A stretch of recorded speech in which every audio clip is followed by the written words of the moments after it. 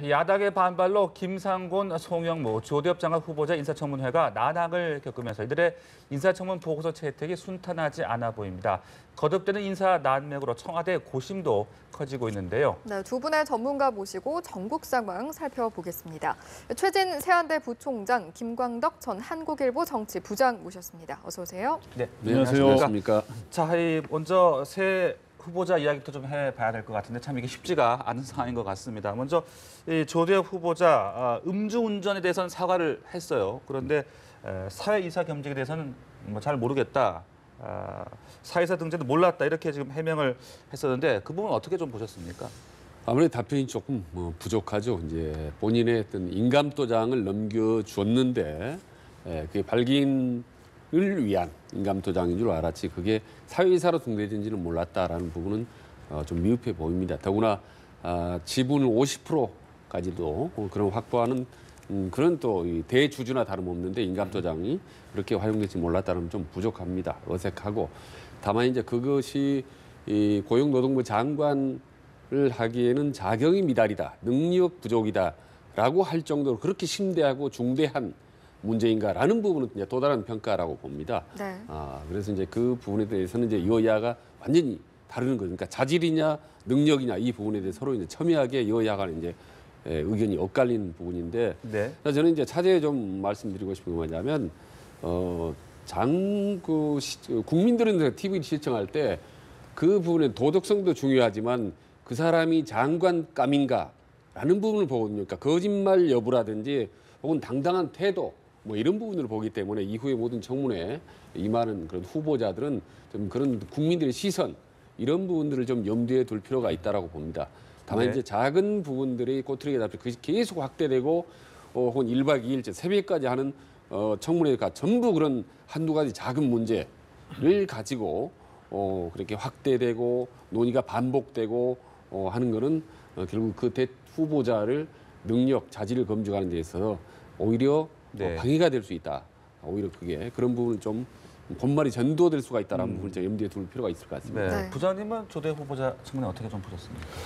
조대엽 후보자가 보니까 이제 김상곤 후보자에 이어서 1박 2일 인사청문회가 이제 되지 않았습니까? 사실은 하루만 하게 돼 있는데 예. 그만큼 이제 또 송영무 후보자도 이제 그 국방장관 후보자도 며칠 전에 이제 했고요. 네네. 이 세 사람에 대해서 야권이 이제 소위 부적격 신 3종 세트라고 하는데 역시 부적격으로 거론 지목돼서 그런지 이 세 사람에 대해서는 아주 치열하게 논쟁이 오고 갔고 또 이제 조대엽 후보자는 오늘 아침 새벽까지 이제 이어지는 그런 걸 했는데 저는 이제 이 조대엽 후보자는 크게 이제 이슈가 세 가지 아닙니까? 이제 사회이사가 이제 등재됐는데 그게 이제 원래는 본인이 지금 모르고 등재됐다고 주장하고 있는데 원래 알고 했다면 왜냐하면 사립학교법을 위반한 거예요. 교수가 이제 원래 겸직을 하게 되면 신고를 해야 되거든요. 네. 네, 그렇기 때문에 본인은 몰랐다고 주장하는데 과연 인감을 자기는 2번 넘겨준 것밖에 없다. 그런데 네.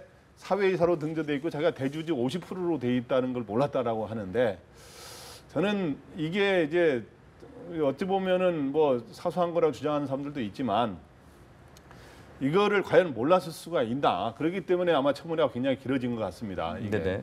네, 그리고 또 하나는 실제로 인감이나 도장이라는 게 우리도 뭐 이 인감 도장을 넘겨줬을 때 다른 데 잘못 쓸 수도 있거든요. 네. 네. 그렇기 때문에 웬만한 사람들도 잘 안 넘기는 이런 그렇죠. 아주 중대한 이런 어찌 보면 큰 중요한 의미를 가진 도장인데 그런 거를 넘기는 거는 그러니까 너는 이거를 몰랐다고 하는 것도 과연 신빙성이 있느냐의 논란이 하나 있을 수 있고 예.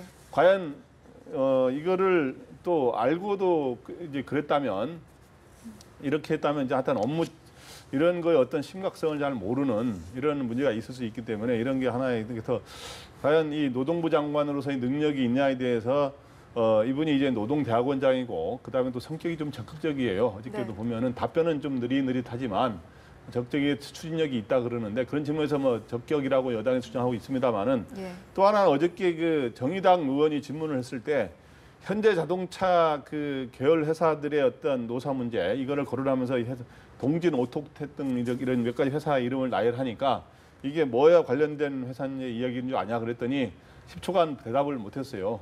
자기가 뭐 아주 구체적인 거 모를 수도 있죠. 뭐 저희들도 그럴 수도 있으니까요. 근데 이제 어떻든 노동 현안에 대해서 파악해야 되는 입장인데 예. 그러다가 이게 현대중공업과 관련된 거 아니냐라고 하는 약간 잘못된 답변을 했는데 네. 그래서 과연 노동부 장관으로 자격이 적격이냐 하는 이런 게 있고 또 하나 아까 잘 알다시피 음주운전 면허가 취소될 정도의 음주운전을 2007년에 한 게 있는데 음주운전도 문제지만 이때 자기 출교 학생들을 그런 막기 위해서 그 학생들과 함께 술을 마셨다 하는데 학생들은 같이 술을 마신 적이 없다라고 또 주장하고 있어서 네. 네. 논란들이 있습니다. 그래서 이 조대엽 후보자 부분은 과연 적격이냐 아니냐 부분은 저는 이번 뭐 주말을 거치면서 한번 또 대통령이 또 이제 귀국하시지 않겠습니까 이제 곧 그러면서 이제 좀 지켜봐야 될 것 같습니다. 네. 그러니까 한 말씀 덧붙이면은 이제 그런 문제들 의구심들은 충분히 제가 동의합니다만은 그 정도가 대통령 지명을 철회하고 또 본인이 중간에 후보자를 사퇴할 만큼 네. 그만큼 심각하고 중대한 문제냐라는 부분은 사실 이제 별개의 문제다라는 걸 이제 한 번 더 말씀을 드립니다. 네, 알겠습니다.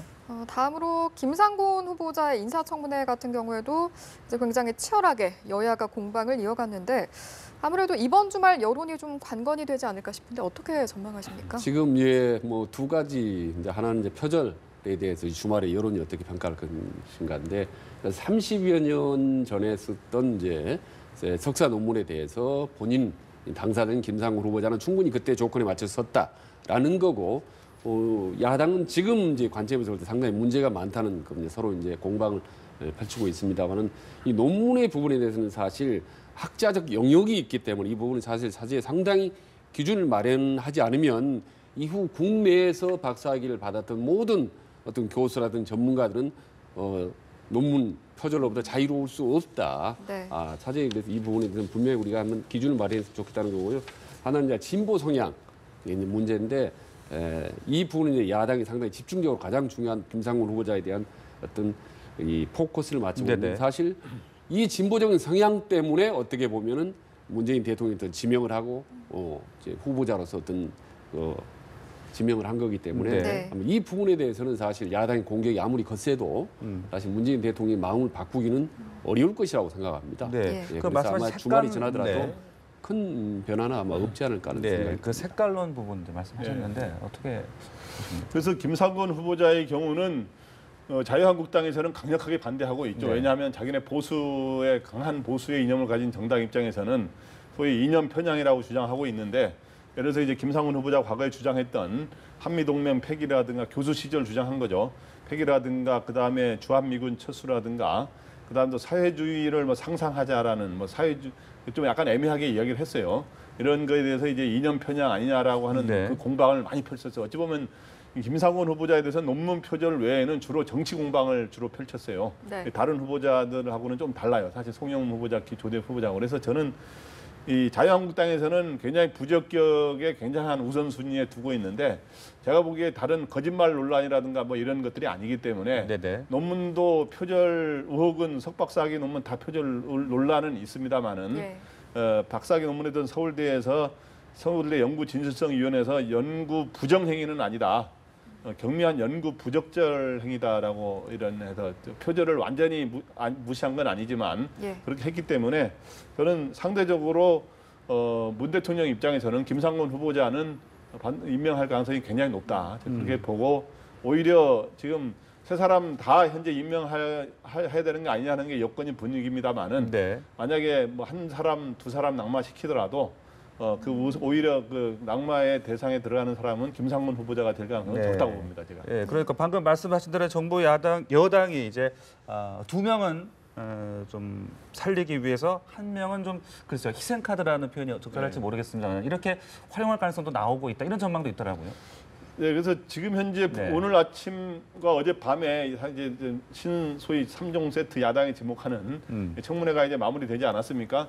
근데 이제 야권은 세 사람 다 지금 부적격이라고 주장하고 있습니다. 그러니까요. 야3당은. 그런데 이제 여당에서는 세 사람 다 장관으로서의 능력에는 문제가 없다라고 이제 이미 규정을 했더라고요, 보니까. 일단 했지만 여론이 좀 일부 후보자에 대해서 안 좋은 측면이 있는 건 사실이에요. 그래서 그럴 경우에 지난번에 안경환 법무장관 후보자가 갑자기 이제 새로운 사실이 밝혀지면서 그러니까 혼인 몰래 신고가 밝혀지면서 그거를 이제 사퇴를 했는데 이번에도 그럼 한 명 정도 과거 정권의 이명박 박근혜 정부 때는 출범 때 장관급이 각각 그 3명, 5명이 낙마했거든요. 그 당시에 예. 장관급 인사가. 그렇기 때문에 이번에는 그래도 최소한 2명은 되지 그러니까 안경환 후보자에 대해 최소 1명은 더 나와야 되지 않겠느냐라는 이야기도 있습니다. 그런 식으로 보면 한 사람이 나올 수가 있는데 한 사람이나 두 사람이 나올 수가 있는데 그런 그 한 사람이 누구이냐 하는 이제 이게 있는데 제가 보기에 그럼 임명권자 입장에서 한번 생각을 하자면 아까도 이야기했지만 임명을 할 경우는 저는 김상곤 후보자가 거기에 들어갈 가능성은 좀 적다고 보고요. 네. 네. 후보자와 조대엽 후보자가 거기에 만약에 한 사람이 낙마가 된다면 네. 거기에 우선순위에 들 가능성이 좀 높지 않은가 이렇게 봅니다. 그러니까 과거 정부에도 고민자 3명의 낙마를 강력히 주장하는 야당이 사실은 1명 정도는 타켓을 지목한 경우가 많았고 그리고 이제 여당 입장에서 전면적으로 3명 다 절대 안 된다 해놓고 막판에는 1명 정도 협상하는 물밑 거래가 이루어지는 경우가 종종 있었습니다만은 사실 이번 같은 경우는 좀 다른 경우라고 봐요. 왜냐하면 이제 국방장관이라는 후보자랑 아주 특수한 위치에 있는 데다가 또 지금 현재 이 한미 간에서 정상회담이 이루어지면서 여러 가지 국방 문제들이 지금 남북 간의 문제들이 이슈화 되지 않습니까? 말하자면 문재인 대통령이 상당히 그동안에 어떤 고루 골라서 선택한 국방부 장관이기 때문에 아마 임명을 강행할 가능성이 높지 않을까. 네. 3명 중에 가장 포화를 많이 받고 굳이 1명을 찍는다면 이제 낙마 가능성은 높아 보이지만 결국 최종적으로 볼 때 문재인 대통령이 지금 현재로 보면 7대3의 힘든 어떤 불리한 상황에도 불구하고 임명을 강행할 가능성이 높다고 저는 개인적으로 판단을 합니다. 자, 이렇게 지금 여야 사당이 가까스로 좀 정상화의 뜻을 모으긴 했지만은 청문 보고서 채택도 지금 난항을 겪고 있고 또 특히나 추경안 처리 참 이게 지금 힘든 상황인데 어떻습니까? 이번에 문재인 대통령이 미국을 방문하고 돌아오는 이 성과가 좀 이런 정부에 영향을 미칠 수 있겠습니까? 저는 뭐 상당히 좀 영향을 미친다고 봅니다. 네. 지금 적지만 대통령 지지도가 지금 올라가고 있지 않습니까? 거기다가 대북 문제에서 우리가 한국이 주도권을 또 갖게 되고 또 남북 대화에서도 어떤 우리 한국의 대한민국의 입장을 지지한다는 어떤 트럼프 쪽에 그런 이제 입장을 표명하지 않습니까? 그리고 여러 가지 분위기가 이제 좋은 상황 속에서 대통령 입장에서는 상당히 이제 국민 힘을 빌어서 좀 임명을 하지 않을까. 그리고 야당 입장에서는 상당히 지금요 공격은 거세게 하고 있지만 내부적으로 야당은 상당히 어렵습니다. 지금 어떻게 보면 표현을 좀 과할지 모르겠지만 좀 빙하기의 어떤 공룡이라 할 정도로 의석수는 야당이 많지만 지지도는 말이죠. 개별적으로 보면 거의 5% 압박으로 밑돌 정도로 야당이 아주 힘든 상황입니다. 그러니까 벼랑 끝에서 지금 공격을 하고 있는 이런 상황이거든요. 네. 이런 상황이기 때문에 지금 국민적인 여건, 대외적인 여건이 상당히 좋다고 판단하는 문재인 대통령이 네. 힘들지만 아마 임명을 강행하지 않을까라는 좀 생각을 합니다. 네. 이번에는 국민의당으로 좀 가보겠습니다. 이용조 의원이 이유미 씨 혼자 했다고 진술을 했다라는 주장과는 다르게 이유미 씨의 변호인은 좀 다른 의견을 내놓았거든요. 좀 진실 게임 양상으로 흘러가는 것 같은데 어떻게 보셨습니까? 네, 지금 현재로서는 정확하게 지금 이용주 의원이 말한 거에 사실인지를 알 수가 없는 거죠. 예. 이용주 의원은 일단 지금 현재 어쨌든 당의 그 이유미 당원의 개인의 이 소위 범행이다라고 하는 식으로 소위 꼬리 자르기를 하려는 그러한 시도를 보이고 있는 건 사실입니다. 그거를 네. 거의. 근데 뭐 본인은 당에서 꼬리 자르기라고 하지 않겠을지 모르겠지만 어쨌든 그래서 더 이상 거기서 방아선을 치려고 하고 있지만 변호인은 지금 그렇게 단독 범행이라고 자백한 적이 없다라고 이렇게 했는데 네. 실제로 지금 이유미 씨가 그 위에 처음에 검찰 조사에 들어가기 전에는 자기 꼬리 자르기를 하려고 하고 있다. 당의 지시에 자기 따랐을 뿐이다라고 주장한 적이 있거든요. 그런데 그 이후에 지금 현재는 공개적으로 언론이 지금 현재 조사받으러 왔다 갔다 할 때 기자들이 물을 때 대답을 안 하고 있습니다. 네. 뭐 안철수 전 대표는 알고 있었느냐 이렇게 물어도 대답을 안 하고 있고요. 그래서 네네. 지금 현재 어떤 진술이 있었느냐는 모르는데 이제 검찰에서 현재 이유미 당원 외 이유미 당원과 함께 이걸 협의했던 이준서 전 최고위원 그리고 그 윗선의 이제 당시 공명선거 추진단장이었던 바로 이용주 의원도 검찰의 수사 대상이 될 수가 있거든요. 네. 네, 거기에 또 당시 부단장이었던 김인원 변호사라든가 그다음에 최종적으로는 지금 안철수 당시 후보였던 안철수 전 대표와 당시 대표였던 박지원 전 대표 네. 이 두 사람이 과연 제보 조작을 알고 있었느냐 또 알고 있지 못했다면 어느 정도까지의 의문점을 갖고 있었고 또 어떤 정도의 관여가 있었느냐 이런 것들에 대해서 당 차원의 좀 조사도 이루어지고 있고 네. 그다음에 검찰의 조사도 이루어지고 있는데 네. 과연 그런 것들을 이제 어느 정도 정리가 돼야 지금 현재 어디 당의 윗선이 소위 이유미 당원 외 윗선에 어디까지 개입했는지 그게 밝혀질 거로 보입니다. 네, 자 이렇게 논란이 일파만파 커지고 있는 상황인데 안철수 전 대표는 여전히 지금 침묵을 지키고 있습니다. 안 네. 전 대표 어떤 입장 표명이 있어야 되지 않겠습니까? 어떻게 보십니까? 네, 그렇습니다. 지금 뭐 태풍 전야처럼 상당히 지금 이 공포스러운 그런 분위기가 네. 국민의당 주변에 맴돌고 있는데 지금 이유미 씨가 안철수에 구명 메시지를 했다라는 부분이 밝혀졌지 않습니까? 메시지를 보냈지만 안철수 전 대표는 지금 전혀 대답이 없는 상태고 거기다가 지금 이준서 전 최고위원이 대선 이틀 전에 안철수 후보하고 5분간 독대했다 이런 내용들이 새롭게 이제 밝혀지면서 과연 핵심무관 그러니까 이준서 씨가 지금 전 최고위원이었습니다. 아시다시피 네네.